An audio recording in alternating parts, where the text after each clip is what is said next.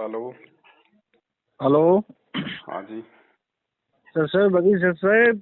सत साहिब जी। जोधपुर बोलूँ सर, पप्पू दास। जोधपुर से पप्पू दास। हाँ सर। हाँ जी बोलिए। मैं यूँ कहूँ कि मारे को जो संगताल आने बेहद परेशान करा है बेटा। कौन संगत वाले?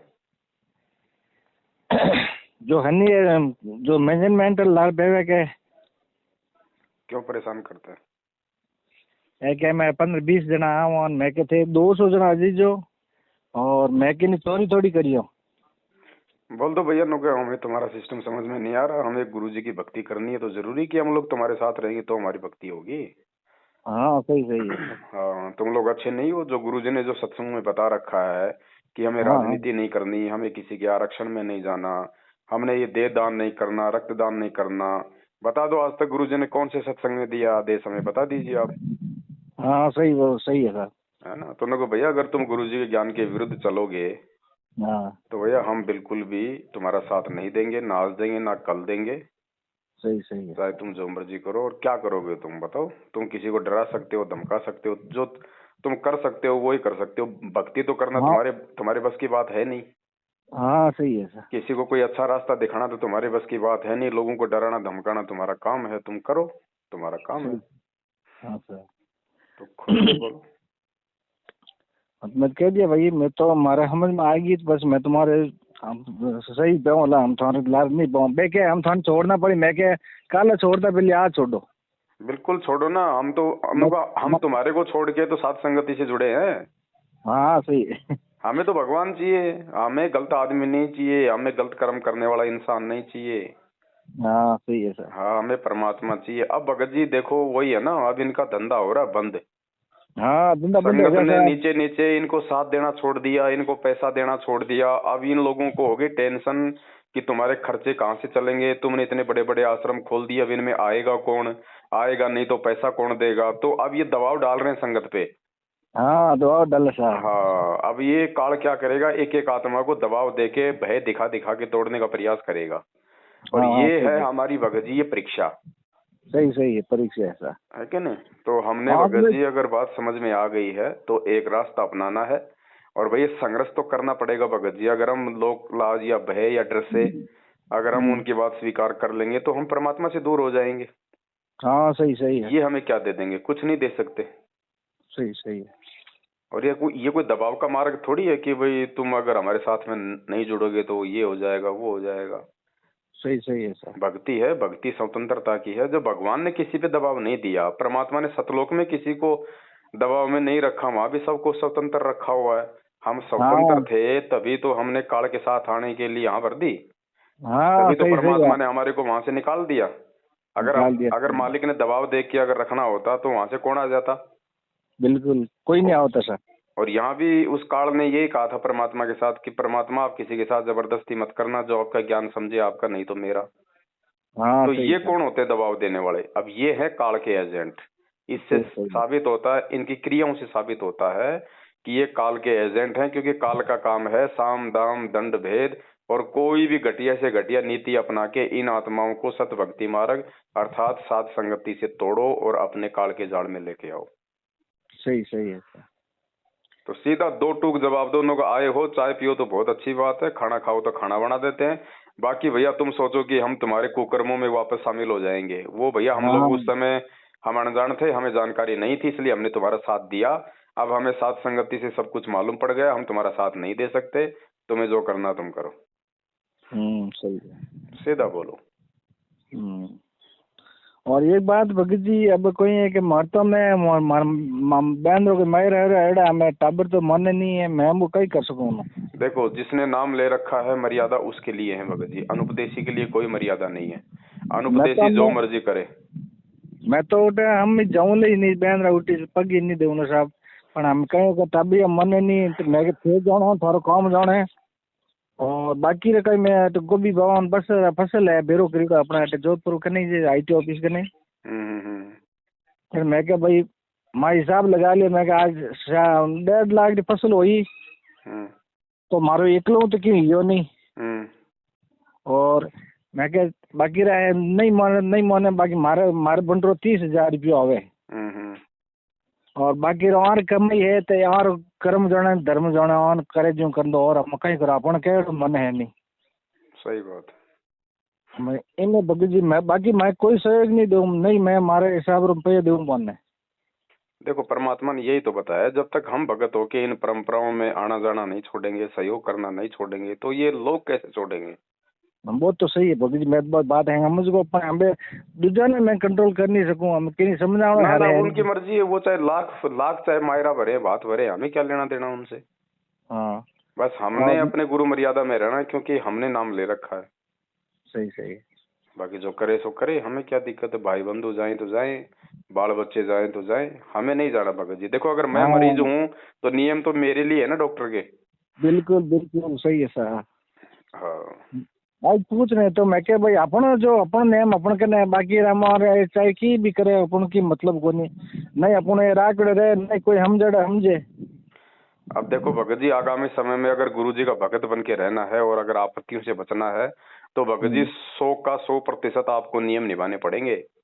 नहीं वो तो हम आप हाँ, अब वो नहीं चलेगा भाई। ये कोई पहले वाला समय थोड़ी है जो परमात्मा ने एक बार लोगों को भाई अपने पीछे लगाना था, उनको जोड़ना था, इसलिए चलो भाई कोई बात नहीं, तुम एक बार जुड़ो, फिर ज्ञान समझोगे, धीरे धीरे समझ में आएगा।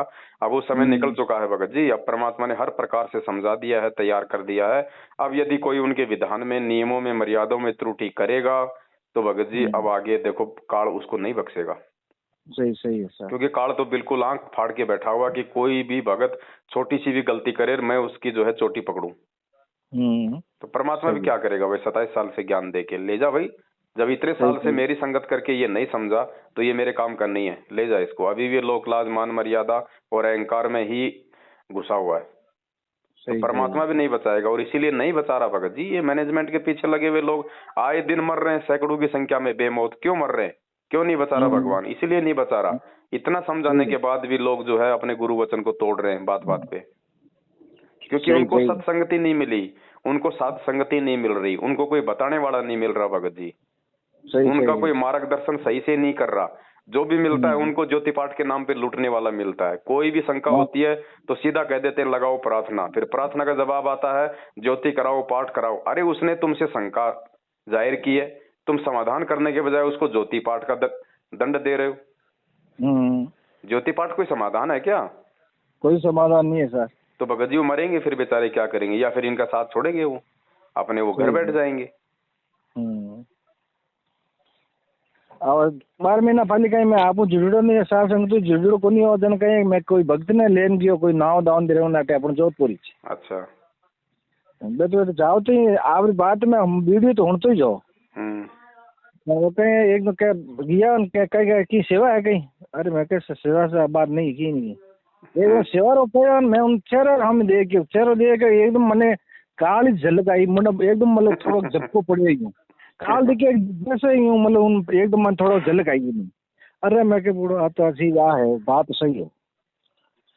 ये भगत जी ये जितने भी है ना, ये चाहे राजस्थान का स्टेट कोऑर्डिनेटर हो, चाहे उसकी पत्नी हो, या चाहे आप जोधपुर में सूरसागर कालू जी की बावड़ी जहाँ पे इन्होंने अपना नामदान केंद्र खोल रखा है अपना धंधा, ये सब भगत जी सब काल की परिधि में है, सब गुरु वचन तोड़ के बैठे हैं।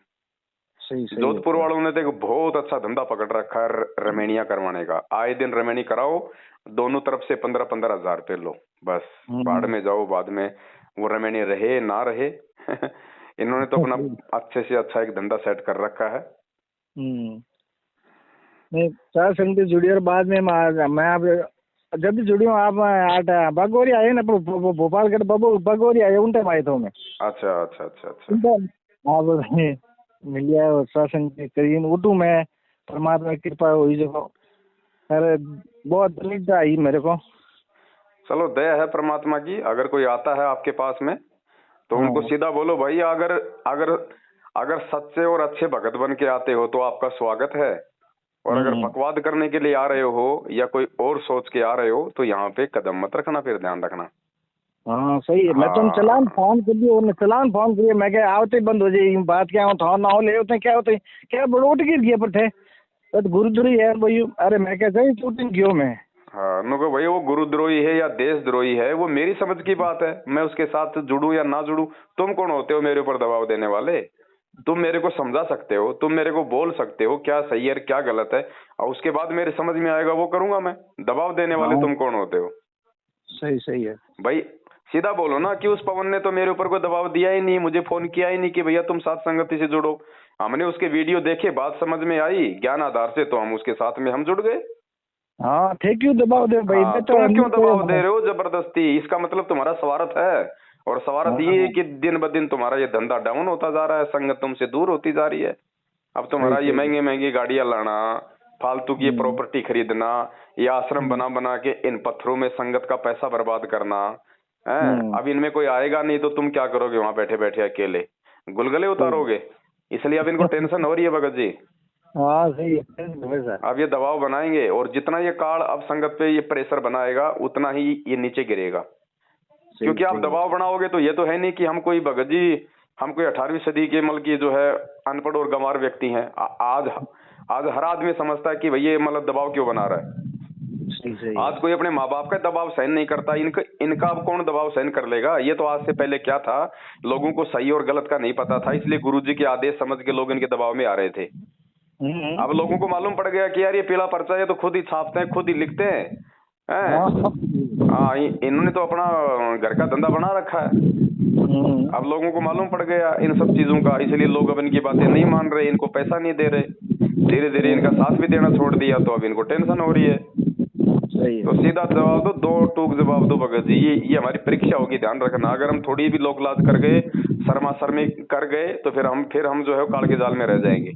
नहीं नहीं नहीं, हम कोई तरह शर्म है इसको नहीं था, और बहुत है परमात्मा की कृपा, मतलब आज चिड़िया फटे तो बहुत ही घर में बहुत फर्क पड़ी हमारे साथ में। फर्क पड़ेगा भगत जी, सच्चाई का साथ देंगे, गुरु वचन पे अगर हम चलेंगे तो फर्क क्यों नहीं पड़ेगा। और सीधा बोलो भगत जी कि भैया हमारा गुरु जी एक, उनका ज्ञान एक, उनकी भक्ति एक, तो संगत में आज ये दो ग्रुप क्यों हैं? अगर दो ग्रुप बने हैं तो उन दोनों ग्रुपों के विषय में जानने का मुझे अधिकार है कि कौन सही है और कौन गलत है। हाँ सही है सर। वरना मुझे बता दो, दो ग्रुप क्यों बने? क्या वो तो हम गुरु जी भाई इनमें से एक तो सच्चा और एक झूठा है। अब इसका निर्णय कौन करेगा?